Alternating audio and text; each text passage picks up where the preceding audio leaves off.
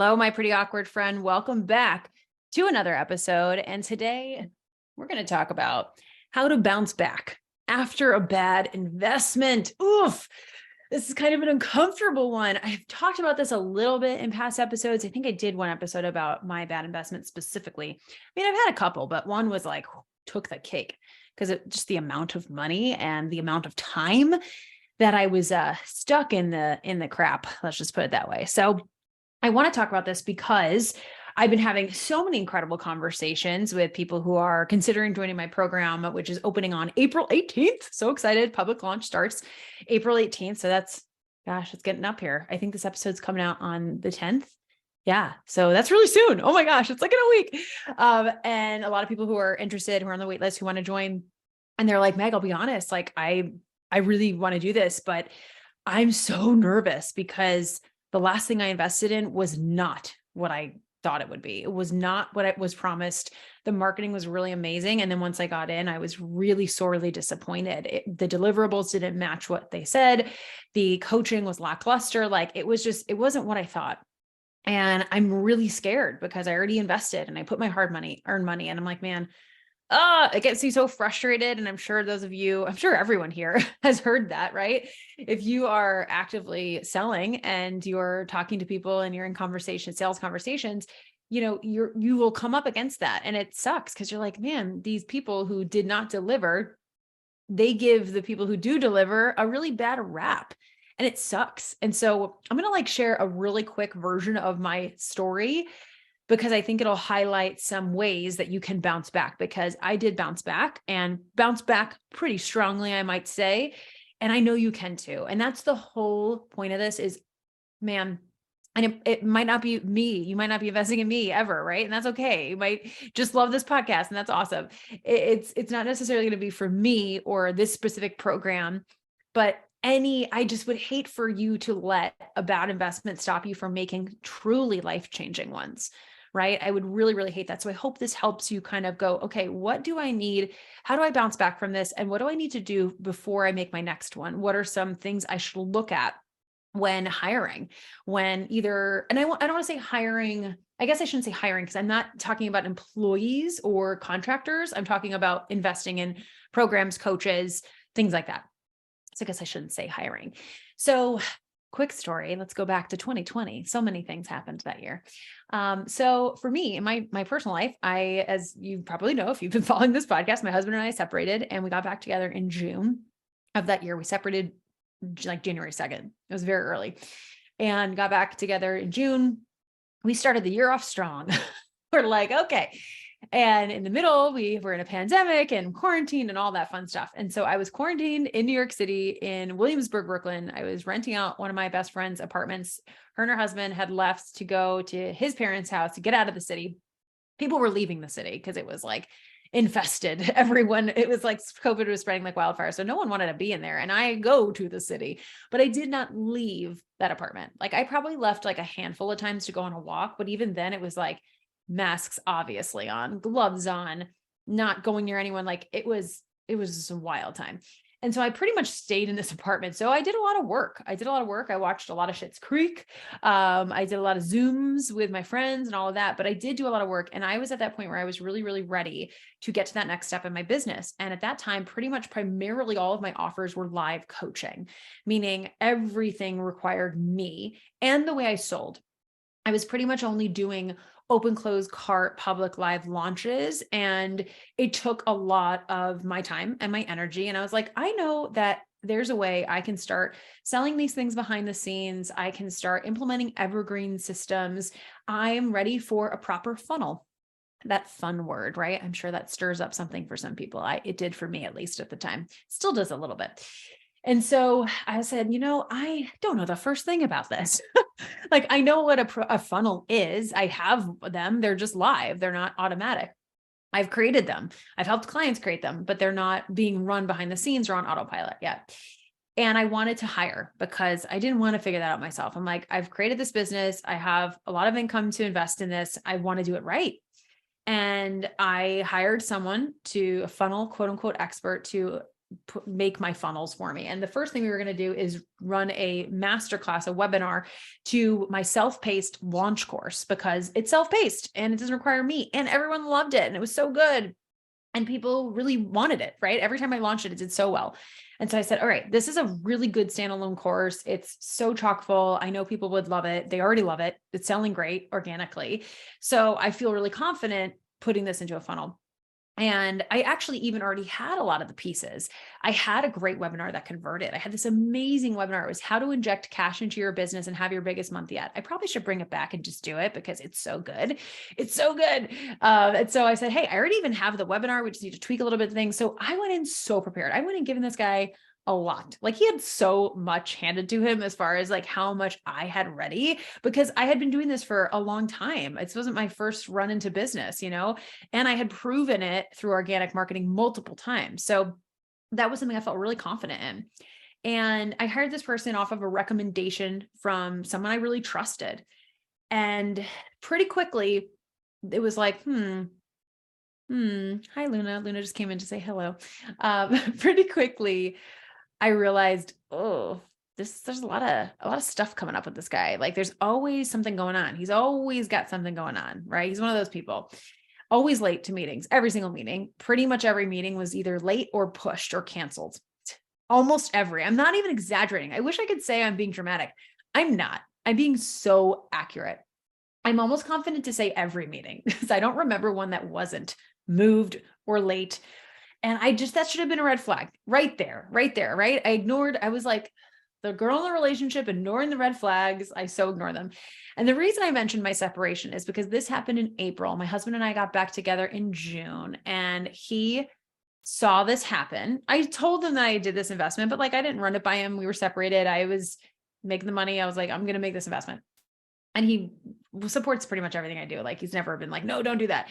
He'll just ask questions basically, which is good. It makes me think and all that. And so he's like, kind of, well, one, he was like, oh, wow, like I canceled again. Okay. That's, I understand like maybe twice something happens coincidentally, but after that, usually it's not a coincidence. Usually it's the person.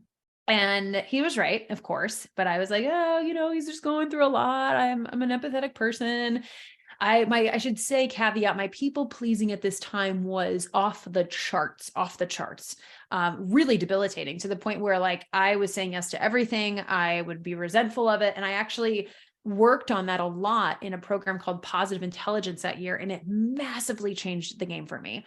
Like, my people pleasing was so much more under control after that. I mean, I still have the tendencies, of course, and it's probably an ongoing, lifelong process. But at the time, it was really bad. So coupled with this guy taking advantage of me, even if it wasn't intentionally, I don't think it was. I don't think he's a bad person. I think he just got himself too in over his head, and it's like was doing too much work and couldn't keep up. And I got the brunt of it, and I got screwed over. And so once Mike said that, I was like, I kind of put the wheel in my head, even though I thought in my head, even though I already knew it. And then I remember he kind of listened in. He wasn't in my office, but my office door was like kind of ajar, and he like listened in. And afterwards he was just like, Meg, I think this guy is like lying to you. And I was like, what are you talking about? He's like, there's something about, like, I overheard a good chunk of that, and I think he's lying. He's saying all these things are in motion and all these things are happening behind the scenes, and you're trusting him. I don't think they are. Like, I just cannot shake this feeling. And my husband was right, which is so annoying. No, I'm kidding. It's actually great. He's a really good read on people. It's quite frustrating sometimes, but it's also very handy. I mean, that's why he's so good at poker too. He's got a great poker face, and he can read people so well. He always knows when something's wrong with me. It's very annoying. I'm like, I just want to be private and leave me alone. And he's like, what's wrong? No, it's a great thing. I joke. It's not annoying. And he was very accurate. And I was like, oh, I don't know. And it took me until September or maybe even October that year to finally fire him. I mean, that's a long time. From April, May, June, July, August, September, October, 7 months. I had to do that on my hands. I had to count on my hands, my fingers. 7 months of moved meetings, of all this stuff. Nothing got done. When I say nothing, I mean nothing. I was not handed a funnel. No funnels were ever created. No funnels were ever deployed. Nothing. I mean, it was wild, right? And so honestly, it was a big investment. It was 18 grand, 18,500 to be exact. And I got 3,500 of it back. We got a little bit of a refund. We were supposed to get the rest because he admitted fault. I have it all in writing. He admitted how wrong it was. But we have never gotten it back. It's been 3 years. We're not going to. And, I've kind of just factored it into a learning lesson, a very expensive one, but it was more than that. It was the 7 months. I didn't do much those 7 months because I thought, oh, I'm about to have all this stuff happening. I need to be there for that. I was also doing work on it. He was having me do some of this busy work and it ended up resulting in nothing. That's a long time. That's more than half a year. That's a long time. And so for me, it wasn't even the money. It was the setback of the let down, the lack of confidence. It knocked my confidence down. It really messed with my head so much so that I went into 2021, just grasping at straws. I changed a ton in my business because I had to. I had to change my business model. My husband and I, when we got back together, we realized I can't keep coaching this much. It's too much. Even though it's amazing money, I need to have funnels running. That was the whole point of this. And so I was changing that. And then my confidence was so knocked from this. And I was like, man, I'm making less money. I just wasted all of this energetic time on this person that resulted in nothing. All time, I could have done a great launch. I could have had a cash infusion. I was still making great money in 2020. We ended up having the same exact financial year as 2021. Or 2019. It was a great year from a lot of stuff I had in place, but that knocked me so much. And then I got rid of a lot of income that I went into 2021 kind of grasping at straws and throwing things out and trying things and just throwing money at the problem a lot. And that was something that I realized I was starting to get into that habit of throwing money at the problem, which I think a lot of entrepreneurs who start to make money do. They're like, oh, okay, I can hire someone to do this. Great. Here's money. Go do it, which is fine. I'm a big fan of outsourcing. I think it's really, especially if you want to expand and grow and reach new levels, it's almost essential in every situation. Even if it's small, you're only one person, you can only do so much.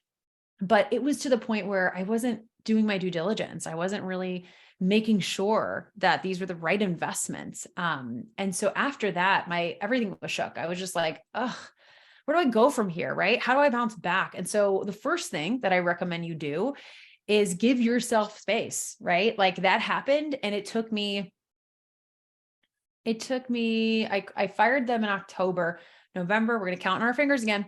November, December, January, February, March. It took me 5 months. I hired my next person in, I believe it was February or March, maybe 4 months. And the thing that's sad is this was someone who was recommended from one of my good friends as well at the same time. And I went with this other person and I should have gone with this person the whole time. Anyway, I digress. I believe everything happens as it should. And I learned lessons for a reason. So you don't have to go through that. You're welcome. You're welcome, my friend. And so it took me time. I was like, I'm actually surprised it didn't take me longer when I think about it. I was like, 4 months, that's not actually that long when the actual experience was 7 months long. So give yourself space and time. You're not going to bounce back right away. Right. I had to reestablish my trust. So that was one. And then the second thing I did was I really looked at what was my process in this investment. So if you made an investment in a program, whether it was a coach, a group program, a course, a service provider, whatever it is, and you were disappointed, I want you to ask yourself, well, actually I have two questions. One's going to be a kind of a self-reflective question, but the first one is I want you to ask yourself, what was your due diligence in hiring them? Did you do your research? Did you look at their testimonials? Did you talk to some of their past clients? Did you see some of their work? Right? Or did you just go, oh, my friend recommended them, or, oh, they look really good, or, oh, they say they make a lot of money, so they must be good. I'm going to throw money at them. Right? What did you actually do to trust this person? Because I didn't do that. I trusted someone who recommended them. And when I actually look back, I'm like, oh my gosh, the person that recommended them to me, they never actually launched their funnel with them. They did, I shouldn't say that they did, but they weren't actually making money from it. I wanted to make money from my funnel. I didn't want to just build my email list. I wanted to make money. And if I just took a second to actually look at the results, man, I probably wouldn't have done it. I probably would have been like, oh yeah, there aren't any, there are no results. And that's why, even though I love sharing my story, I mean, as this comes out, we're starting our storytelling challenge. Obviously, storytelling is huge.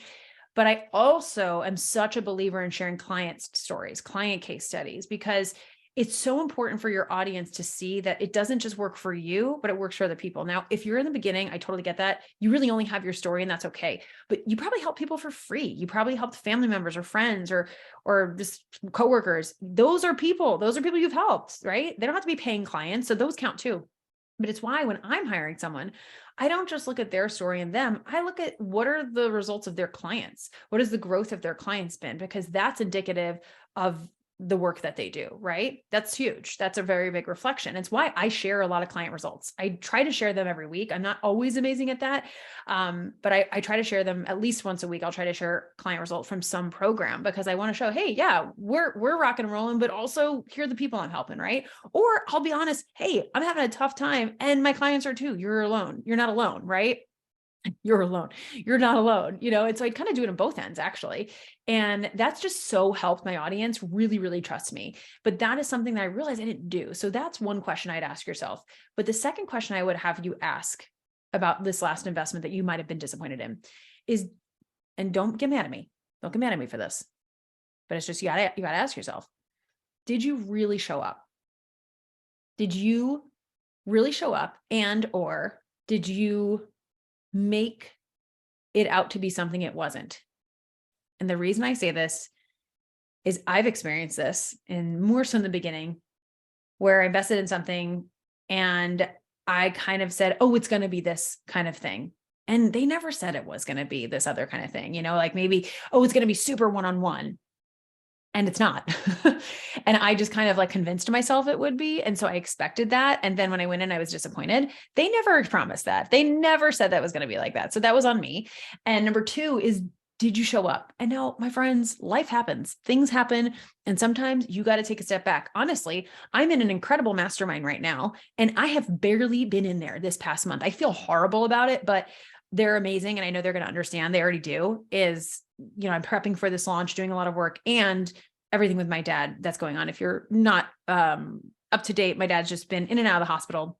There's been a lot of stuff going on. So I've been with him every second. I am not working like every second, pretty much at like 2:00 every day. I go and spend the rest of the day with him and helping him with his work because he's an accountant right now and, putting things together and all that. And so it's just been a lot, and I haven't been taking advantage of it. So if I went, hey, this mastermind's just not working for me, I literally haven't been in there in the last month. That's not the mastermind's fault. That's not the coach's fault. Yet it still is though. Like just knowing they're there is like helping me so much. And it's definitely the right investment for me. And I'll be back in strong, very, very soon. But I personally had to take a little hiatus from it, right? I'm still doing my work. I'm focused. I'm doing all the things.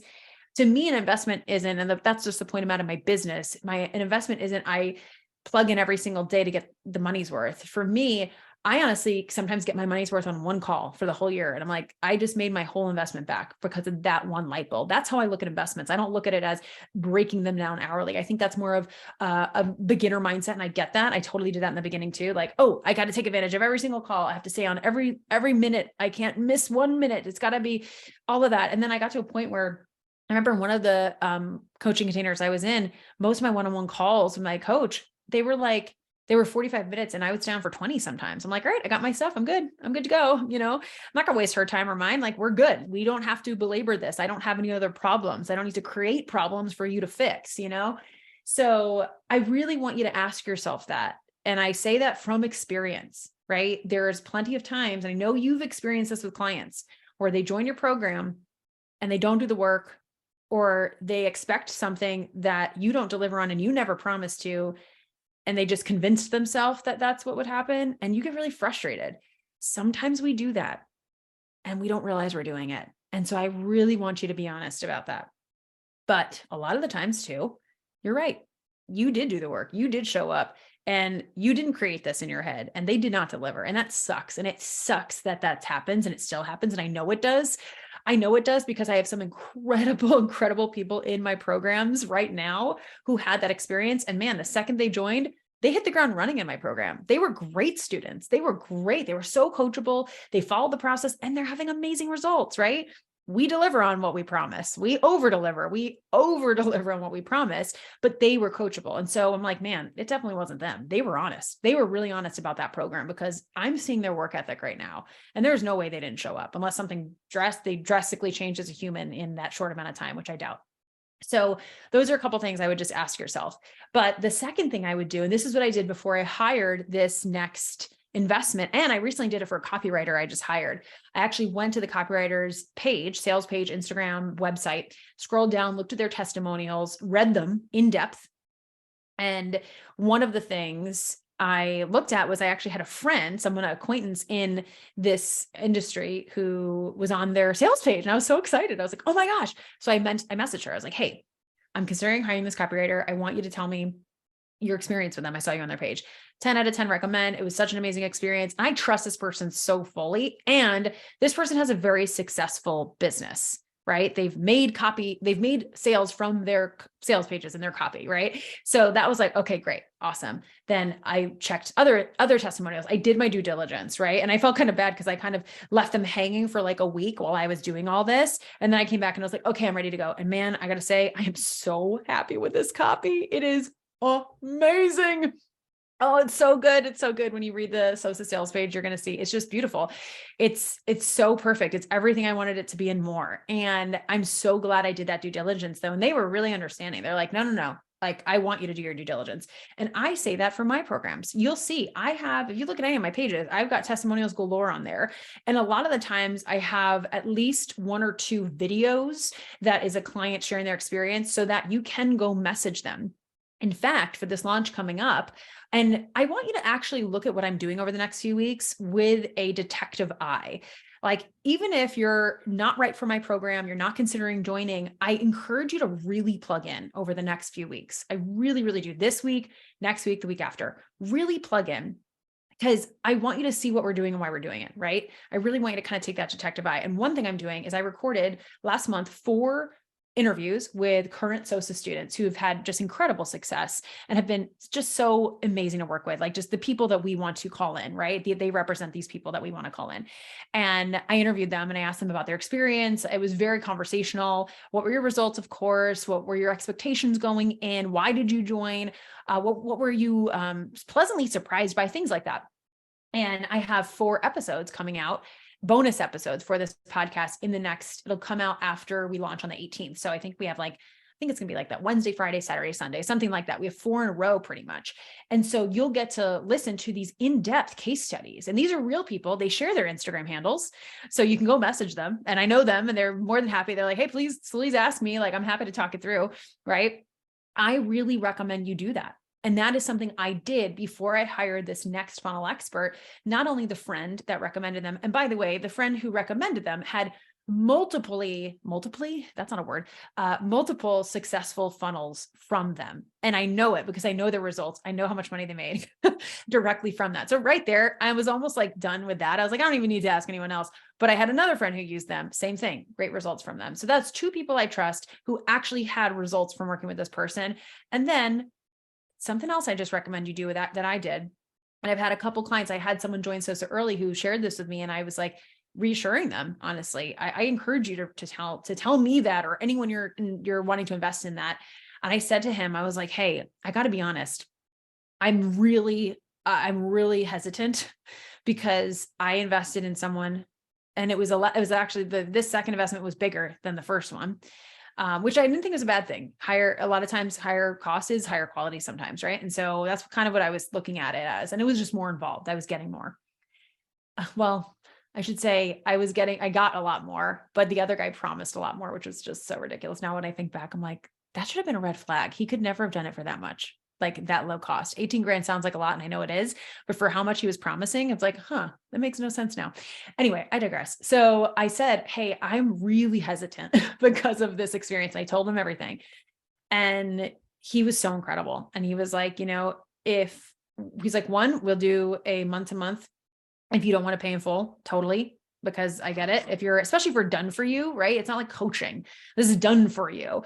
But 2, I forgot like exactly how he phrased it, but he basically made me feel like if at any moment you feel like you're not getting what you paid for, let me know and we can talk about getting you out of the contract.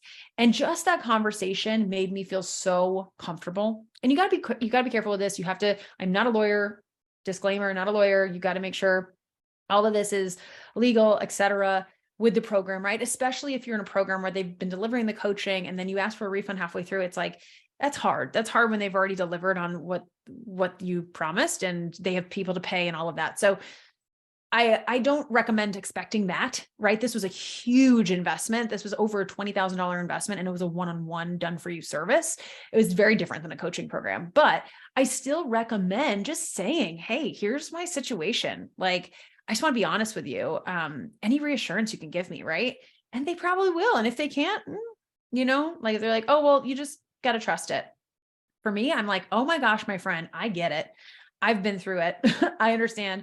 What I recommend you do, I actually recommend a few things. One, go through all of the testimonials on our sales page, listen to those case studies, and go message those clients.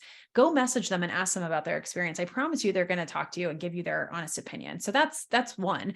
But two, here are all the forms of support that we have inside there. And here's how I can prove it. And I literally can show them behind the Slack channel, behind the scenes in the Kajabi portal.